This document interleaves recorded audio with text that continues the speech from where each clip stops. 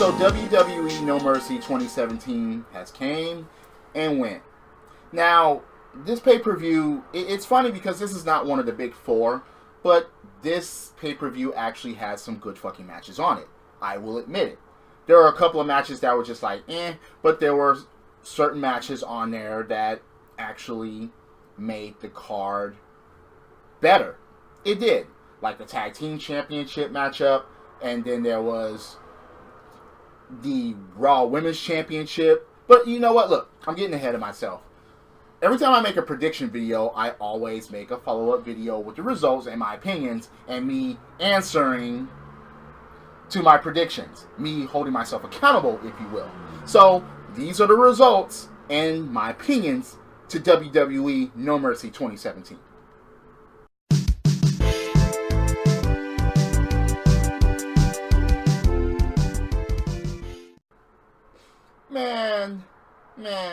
Man.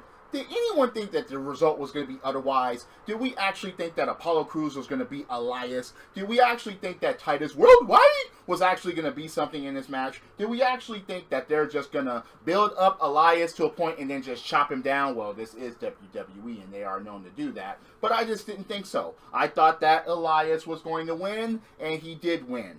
One-on-one, no shenanigans, no BS, no interference. This is the way to build up one-on-one talent. It is. To have him not necessarily coast by Apollo Crews, but to actually stand up. I mean, I remember when Apollo Crews was supposed to be this big thing that was up and coming in the WWE, and now look at him. He's a part of Titus Worldwide. He's not showing any spirit. He's not showing any killer instinct, and now he's just down in the ranks. But anyway, Elias wins. I'm not surprised. That's what I predicted. My prediction came to pass.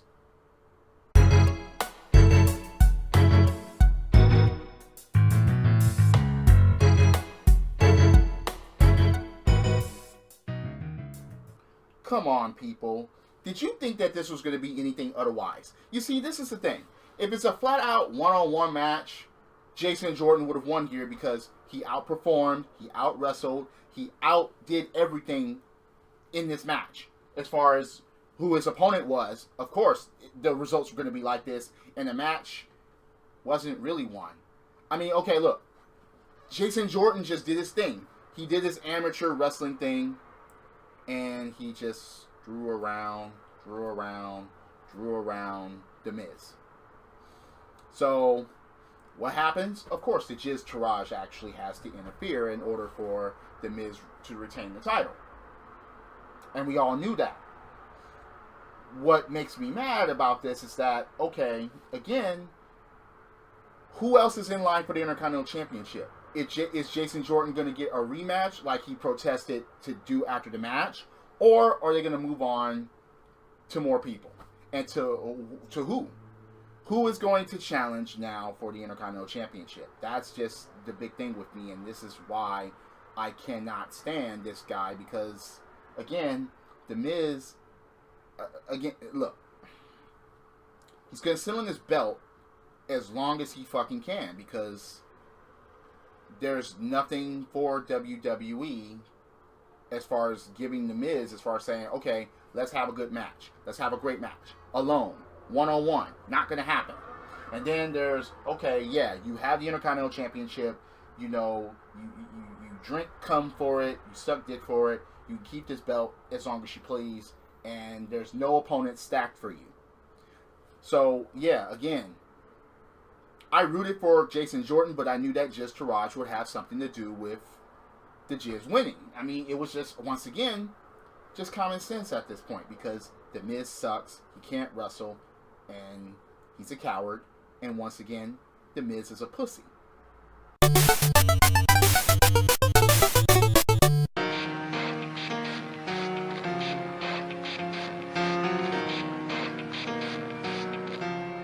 The funniest thing about this result is that I knew it was going to be like this because it's on a pay-per-view.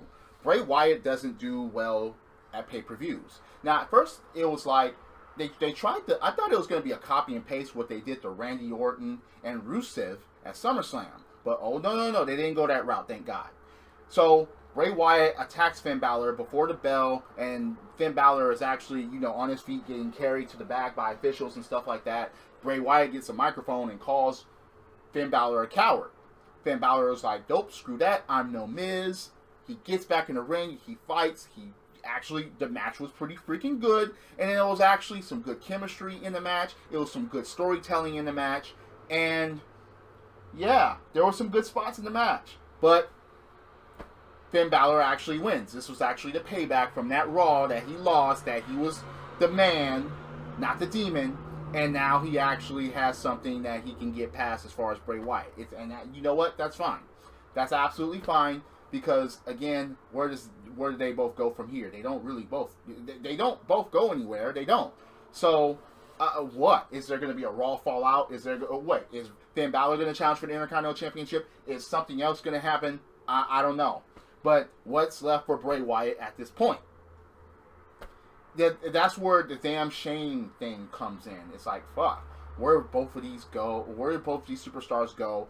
We got a former WWE champion and a former Universal champion with no direction. Finn Balor wins. That's what I predicted. And once again, my prediction came to pass because it was a pay-per-view, and Bray Wyatt doesn't do well at pay-per-views.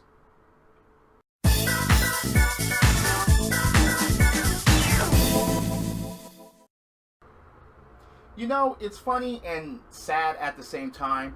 I shouldn't even be surprised that this was an actual good tag team match, courtesy of who was in the match. I mean, Sheamus rarely puts on bad matches. He can go in the ring, regardless of what anybody says about him. Cesaro, enough said. Seth Rollins, duh. And Dean Ambrose, once again, they all have their worth as far as singles competition goes. Now, as tag teams and stuff like that, yeah, maybe their chemistry was a little off at the beginning, but this match was actually pretty fucking good. I gotta say it. I admit, it was pretty good. Now, in my opinion, hell no, this doesn't rank above the Usos versus the New Day. No, it doesn't. But it was an actual good freaking match. Cesaro even busted 2 front teeth in this match, because he actually, dove over the turnbuckle and he hit the post, and and I was like, oh no, he lost his teeth. Oh! Yeah, he lost his 2 front teeth in this match. Or chipped them or whatever, yeah, but he's all bloodied up, and it's not like he quit, it's not like he cowered, it's not like he missed. He didn't do any of that. So, it was a good thing. It was a good thing that Cesaro continued. A crazy spot in this match, though, was when there was a white noise, and then, a white noise to Ambrose, and Cesaro was in the middle rope, and he powerbombed Seth Rollins on top of Dean Ambrose. Dean Ambrose didn't even get pinned by that. I was like, wow, that was a good fucking spot. But look, there were good spots. There was a good match all the way around, and the champions retained. Now, I knew that I didn't actually know, but I thought that the champions were going to retain, because I did not think that they were just going to give it back to Sheamus and Cesaro. I thought that wouldn't have made any sense, even though this is WWE and they like the hot potato titles, especially tag team titles. But Sheamus and Cesaro, I didn't think they were going to get the belts. I just didn't think so. So to have Ambrose and Rollins retain, that's fine with me. But once again, where do they go from here?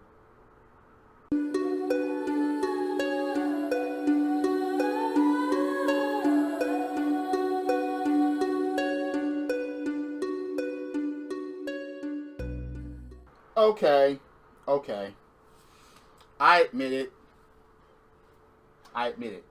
I'm impressed by this match. A fatal 5-way for the Raw Women's Championship. I'm impressed. These 5 women, even Emma, showed me something in this match. That not only that they were ready and willing to leave it in and out of the ring. Yes, there were shenanigans or whatever by Alexa and Emma at times, but that doesn't matter here. That doesn't matter, because the shenanigans did not include running away 100% of the time to pick up the bones. That didn't happen. The chemistry was pretty much on point, and Nia Jax was the MVP. Regardless of what anybody else showed in this match, it was Nia Jax that was the MVP of this match. Number one, she did a Samoan drop to 2 women in the match at the same time, which was crazy. Number two, she was willing to take a powerbomb off the apron to the floor. Because it was a crazy spot. Because, again, it took all 4 women to do it, technically. But, and the way Nia landed on the floor, it was like, But afterwards, she even got up, she even continued the match, she even hit a freaking leg drop, she almost won. And Alexa Bliss retains. Now, I didn't think it was going to be anything otherwise, really, because if Sasha Banks would have won it, she would have coughed it up on her first title defense. Bayley winning it would have been just anticlimactic. I just think that it would. I didn't want Emma to win it because Emma doesn't deserve it, and I knew that they weren't going to give it to Nia Jax because it's Nia Jax, and they don't want to give her the belt. They just don't want to do that for some fucking reason. But I was impressed by the match. The match was good, and yeah, now it wasn't the best match, but damn, it was better than the Intercontinental match. All 5 ladies showed something at least. All 5 women participated in the match, and hell, again, it was a good storytelling match. Regardless, there was moves, there was spots, and again, yeah, the chemistry was there. Alexa retains. Congratulations. This match was a good freaking match.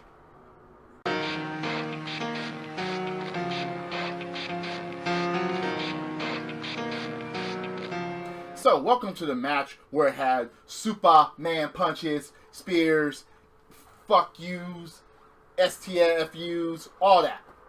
Of course, that's what we thought that the match was going to be like, and that's pretty much what the match was. It was basically John Cena, Roman Reigns, showcase all their moves of doom. But the thing about it is, it's not like this was a bad or jacked up match. The crowd did get into it, saying that they both sucked, and yeah. It was funny how John Cena's, he was being cheered more than Roman Reigns, though. He was. And Roman Reigns, okay, look. 4 FUs. That AA shit, no, I don't call it that. But 4 FUs. 4 fuck yous. Even one, the super fuck you from the middle rope, didn't do anything to Roman Reigns here as far as beating him. Yes, he barely kicked out, but still. Oh yeah, you had spears, you had Superman punches, and you had the outside spear onto the table. And it's like, come on, guys. Look, they should have just had a better match than what they had. It wasn't bad, but at least it should have been a better match. But I was more interested in the result than anything else as far as reporting it. Because as far as the match, and I just didn't care.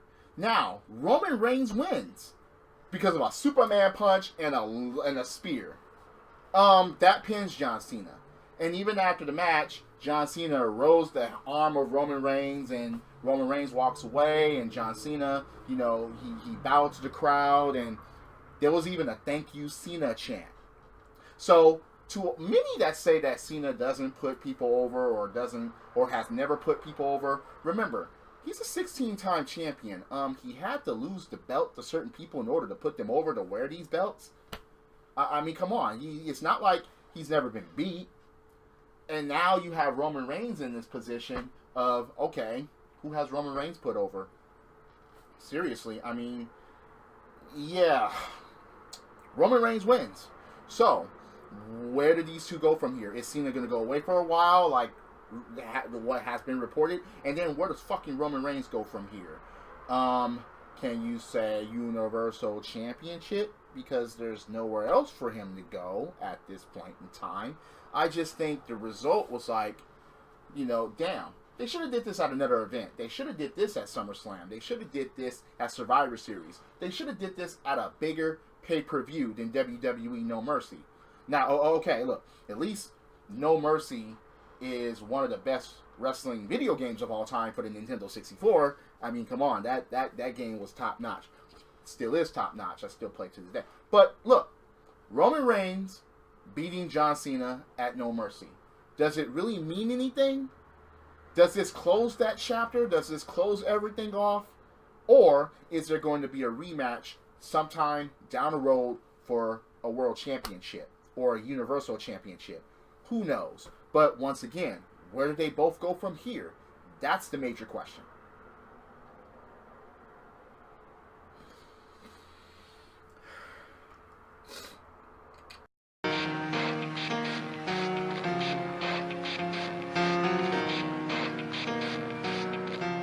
This result was total fucking garbage. Oh, come on, man. You're telling me that Neville went through the whole Cruiserweight division to lose like this? Enzo was getting his ass whooped for primarily most of the match. And the crowd wasn't even into the match. There was a "this is boring" chant. And then you have Enzo Amore getting counted out, but he grabs the Cruiserweight Championship belt, holds it up, brings it into the ring. The referee takes it from him, and as the referee is putting it back, Enzo kicks him in the ding-ding. Yeah, he kicked Neville in the ding-ding. I wonder how many people will get that reference. But yeah, he fucking low blows Neville, rolls him up, and that's how he becomes Cruiserweight champion? Oh, realest guys in the room? Oh, come on, man. This is, wow. I can't believe you went this route. You couldn't just have him win the match and win the belt. You had to have a shenanigan like that. This totally shits on the Cruiserweight division. Again, ever since the Cruiserweight Classic, we were looking forward to great Cruiserweight matches and Cruiserweight storylines and great Cruiserweight, look, like this, like that one, like this one that did back in the day for WCW. But now, the Cruiserweight division is a fucking joke. Now, you have Enzo Amore as your champion. And what does it say about the other people in the Cruiserweight division? What does it say now? What? Oh, God, Jesus.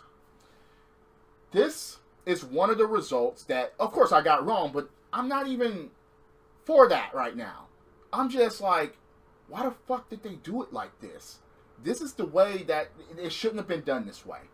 Seriously. They should have either had Neville retain or have Enzo be on his game and Neville does some retreating, because at least that puts Enzo in the limelight, and at least we had to give him some credit.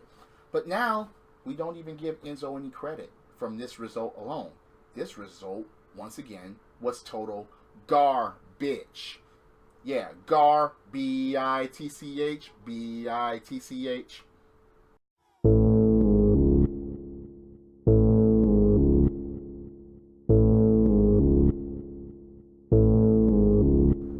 So it wasn't much of a Suplex City, bitch, but I don't know what to say. Okay, look, Lesnar retains, fine, but the match was so slow-paced, lackluster, and one F5, it took one fucking F5 to beat Braun Strowman after all the fucking hype. Okay, yeah, you saw 6 Germans, you saw one F5, you saw the Kimura, and that's what really changed the match. When he hooked on the Kimura to Braun Strowman and so on and so forth, and Braun had to fight to get a fucking rope break. But still, dude. Okay, look. Lesnar was being toyed and dominated in this match to a certain point. 3 power slams. Yeah, power slams. And even a high-ass choke slam after the first German that Brock delivered. But still, Brock Lesnar, and you see, man on man, no shenanigans, no BS, no running away, and there was no interference. Not by Heyman, and Heyman rarely interferes in these matches. But look, again, Where does Braun Strowman go from here? Okay, all right, he just got knocked off by the Beast Brock Lesnar. And who's going to challenge Brock Lesnar now? Oh, can you say Roman Reigns? Can you say, oh, no, wait, I don't think that John Cena's going to do it, but now what? Is it going to be another triple threat or a fatal four-way or whatever? So, Survivor Series is going to come around, or maybe a TLC. Is he going to defend at TLC? TLC is the next Raw-only pay-per-view, and that's in 1 month's time, but it's just ridiculous, man. How, okay, one F5, this match should have just went. It should have just went. It should have just been hard hitting. It should have just been just these motherfuckers just going at it. But it wasn't like that. It should have been both motherfuckers being thrown around. It should have been both motherfuckers been just putting on moves, throwing each other around. At least make it live up to the fucking hype that we got. But this one didn't live up to the hype. But Brock Lesnar retains. I just didn't think they were going to put it on Braun Strowman. I just didn't. Because, again, Braun Strowman with the Universal Championship. Okay, then what? I just didn't see anything after that. But, yeah. That's No Mercy 2017. That's the results. And in my opinion, it wasn't the worst pay-per-view. But it certainly wasn't the fucking best. I mean, you had a couple of results that put asterisks on championships. Like the Intercontinental and the fucking Cruiserweight. It's just, God. And it's not the fact that I just got those results wrong. I didn't think that Enzo Amore was going to win, for one. But the win, the way he won it, was just garbage to me. And then the Jizz retaining, just because of his Jizz Taraj, okay, yeah. That was the only way he was going to retain. It wasn't going to be from a one-on-one type of match. The tag team match, the tag team title match, wasn't bad. The women's match, the women's title match, wasn't bad. Cena versus Reigns could have done more. It didn't necessarily live up to its hype, but you know they're going to meet again sometime down the road. The Cruiserweight Championship match was dah. I mean, oh, and then you have that pre-show match that was garbage. Elias should have been on the main card. Elias should be challenging for this, for the Intercontinental Championship. Why not? I mean, Elias has everything. He has all the tools. He can wrestle. Oh, but he's a heel, and heels won't go against heels for that type of circumstance. But yeah, that's No Mercy 2017. Those are the results, and those are my opinions about the show. So, what do you think about my opinions? Am I full of shit? Do you agree? Do you disagree? Please leave that comment below. Hit that like button. Hit subscribe. I'm always open for a debate about wrestling. Hit notifications so whenever me or myself and the middle-aged guys do a video, you'll be able to keep in touch. And maybe you'll be seeing me somewhere else tomorrow night for Monday night. Drop kicks, body slams, throw motherfuckers from the top rope, both feet hitting the floor. Yes, I'm a wrestling fan, and this event was kind of but there was some good matches in it. There was good matches in it. And remember, dick licking plus animals equals The Miz. This is the theme, and I'll see you later. Credits.